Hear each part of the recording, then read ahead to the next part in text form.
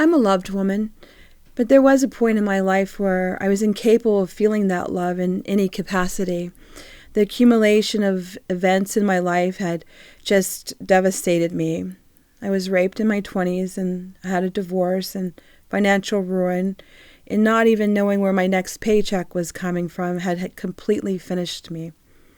I drove back home that afternoon in a borrowed car from a friend and had decided I could no longer live like this. I decided to die by suicide. No more suffering, no more struggling to make it in this world.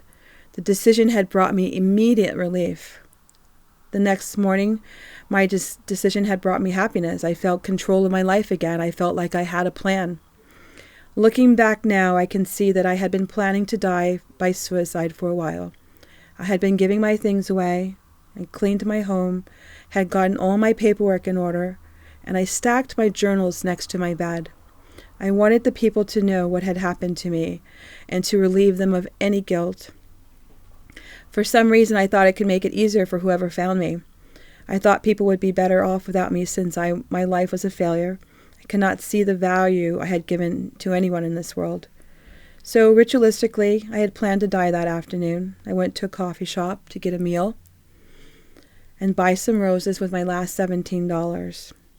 When I returned home with my salad and roses, I would eat and crawl into bed and die.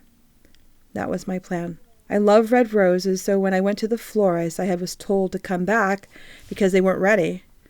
So I headed to the coffee shop to order a chicken Caesar salad, my last meal, and when I went into the restaurant, I was bundled in a big winter coat. Immediately looking out of place on a warm autumn day, my hair was disheveled and I was shivering. My vision was dimmed by this time, as though I was seeing through a tunnel with a tiny light at the end. I could barely see. I could only see what was directly in front of me.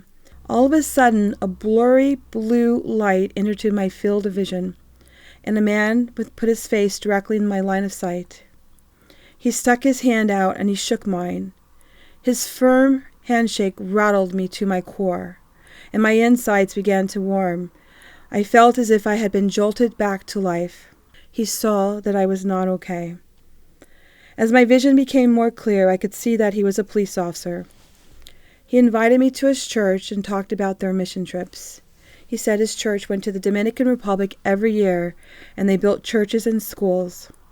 I simply nodded. I thought that God was talking to me. How did that police officer, a complete stranger, speak those words to my silent prayers? I realized that God had not forgotten me, and when I walked out of the shop, I was curious about the mission trips, and I wondered if I could go. And when I got home, I decided not to die that night. I wanted to live one more day. I woke up the next morning, and a friend called me to ask me to come home next week to Hawaii. I'm sending you a plane ticket for your birthday. I told another friend about not being able to pay my rent, and she promptly wrote a check for $500 like it was nothing. So effortless.